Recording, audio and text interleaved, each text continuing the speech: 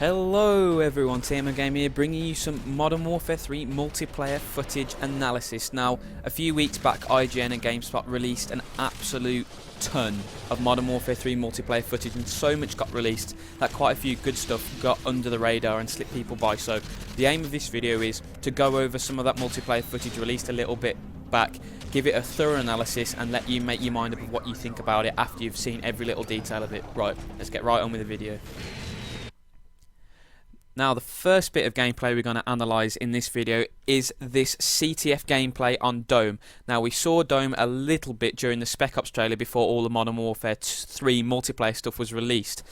And what we saw about the map then and what we're going to see in this gameplay is that it is a fairly close quarters affair when you're inside the buildings. As you can see here, there's a lot of dark areas, close quarter combat heavy, so you might think a SMG or a shotgun would be the way to go. However, as you break onto the surface, as you'll see in a little bit, it does get a tiny bit more open, meaning assault rifles will come back into play. However, the general map size seems to be a lot smaller than the vast majority of Black Ops maps, which is a good sign because, as we all know, many people don't like Black Ops because it's slow paced, and a good way to speed up a game and speed up a gameplay is by shrinking the map down, meaning you get into gunfights a lot quicker, really ramping up the pace. So let's get on with the analysis.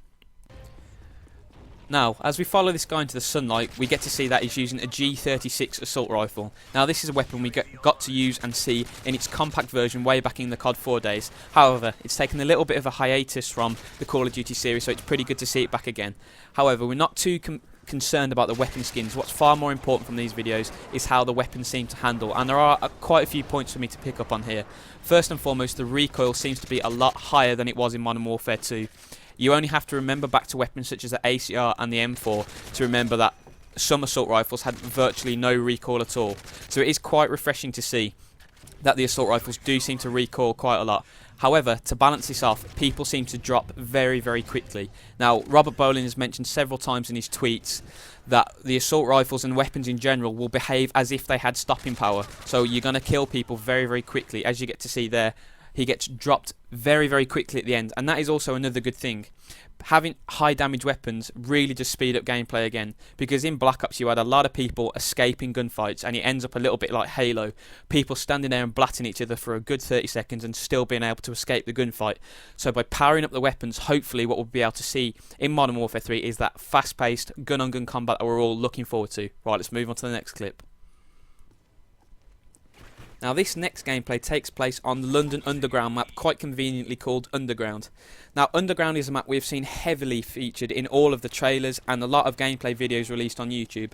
And the first and the major thing to take away from this gameplay is that whilst the map is still quite intimate, meaning it has a lot of close combat areas, it is still quite a large map.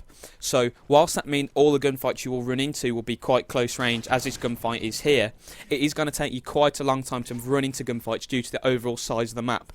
Now, this is something we weren't really expecting from Robert Bolin, because he had said in the past that the maps were going to be shrunk down. However, what I think we can see from these sort of videos here is that whilst the length of the gunfight seems to be shrunken down, a lot of the maps still keep the same sort of size that they were in Black Ops.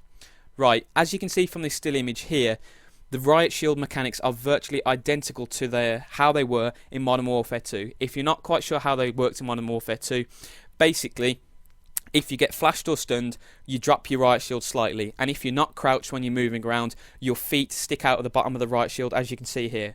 These are two quite useful ways to balance the riot shield out, because otherwise it can get very, very annoying very, very quickly. As the guy spawns in here, you get to see a little bit more of what I mean about this map. As you can see, the vast majority of this map is very, very enclosed, meaning you'll run into a lot of short-range gunfights. However, the overall map size is still quite large, so there'll be an increased amount of time between each gunfight. Now, this can lead to some quite slow-paced gameplay, as we get to see here. Admittedly, this guy really doesn't know what he's doing, but I bet even if someone knows the map off by heart, it's still going to take a little bit too long for people to get around the map and run into those gunfights.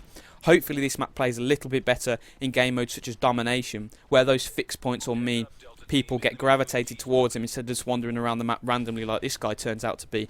However, I'm still looking forward to seeing a lot more close range and more intimately sized maps in the final version of the game. Right, let's move on to the next clip.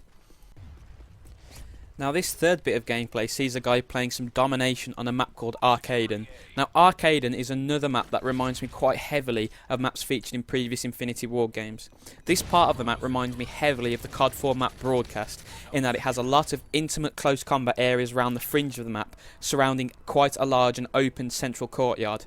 However, the rest of the map reminds me quite heavily of Quarry, in that it is quite a vertical map. What I mean by that is there is not just one level plane of battle.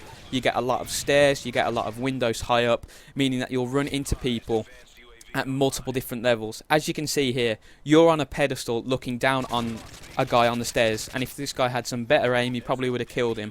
And this means it's a lot more likely to encourage camping. When you increase verticality, when you increase the windows people can look at and the hidey holes they can camp away in, it really does slow the gameplay down. And you only have to remember back to Modern Warfare 2's map Quarry to understand that that is true. The increased verticality meant there are a lot more places for people to camp, really slowing the gameplay down. And hopefully this map doesn't follow the same route, because what we're really looking forward to in Modern Warfare 2 is that increased pace of map. And by having maps like Arcaden, which seem to be quite busy maps, it really does encourage people to play a little bit slower and a little bit more defensively. Right, this next bit of gameplay follows an entirely new game mode to the Call of Duty series. This new game mode is called Kill Confirmed. Now, it is practically the same as TDM, however it does have one very important difference. Instead of just getting points for killing the enemy team, you have to literally run over their fallen corpse to pick up a dog tag to get the points. Now this is designed to stop camping, because if you camp in the back of the map with an assault rifle, with a sniper rifle or whatever, and kill people from a distance, you are not going to get any points at all unless you leave your camping spot to pick up the dog tag that enemy drops. Crucially, if one of your teammates gets killed and drops his dog tag, if you run over that dog tag, you deny the enemy that kill. So it really does mean you've got to run around the map, stick close to your teammates, and be a lot more team oriented than you do have to be in other Call of Duties. Right, let's get on with the gameplay. Right, as this gameplay gets cracking, we can see the guy is using a new shotgun to the Call of Duty series, the USAS-12. Now, this is semi-automatic in-game and actually looks like quite an effective weapon, because it seems to have pretty decent range. As you can see there, that was not sneezing distance at all. That was quite a comfortable range away, so it looks like the shotguns are going to be viable choices in Modern Warfare 3, despite the fact they are now primary weapons instead of secondary weapons. Just a little bit on the map. This map reminds me so much of Jungle from Black Ops.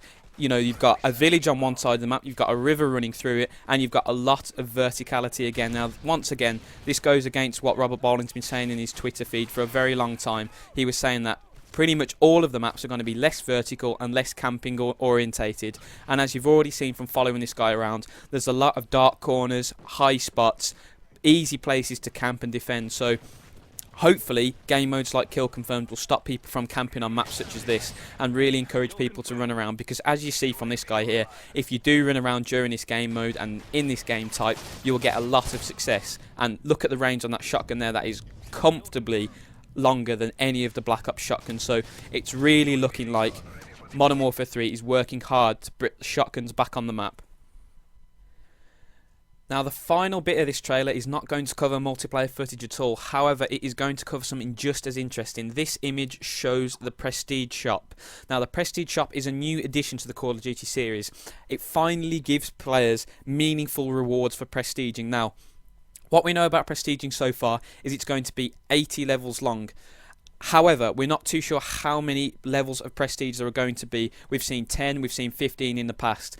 But what we do know from Robert Bowling's Twitter feed and from what we've heard from Call of Duty XP is that the higher levels are going to be less of a grind.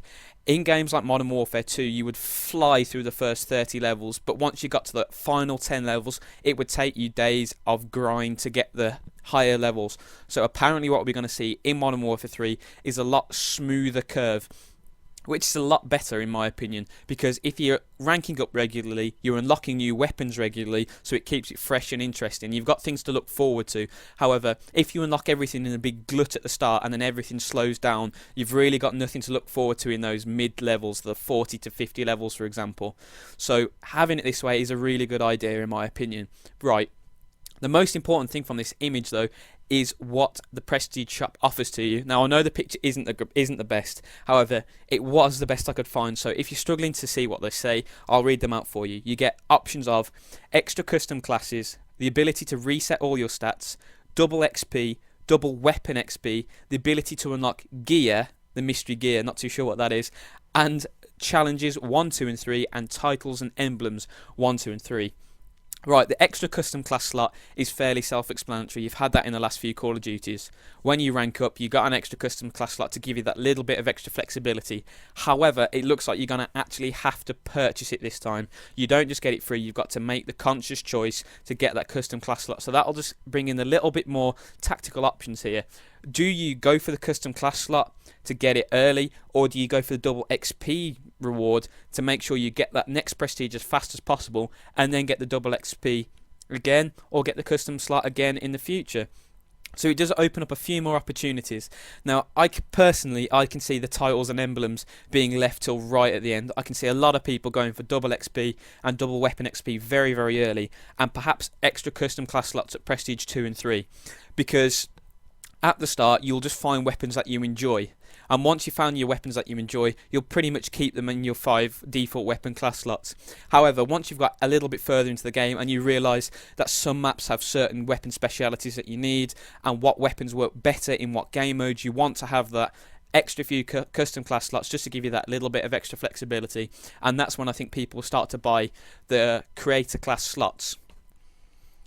Now, that Prestige shop analysis is going to bring an end to the Modern Warfare 3 multiplayer footage analysis video. However, if there is anything specific you want me to analyse in the future, please leave a link in the comments and I'll be quite happy to analyse it in a future video. I hope you have enjoyed the video. I tried to make it as detailed and as broad as possible, covering as many new game modes, as many new maps and as many new weapons as possible. But like I said, if there is anything specific you want me to cover in a future video, please just mention it in the comments and I won't hesitate to do that. Like I've said before, if you have enjoyed the video, please rate and comment as always.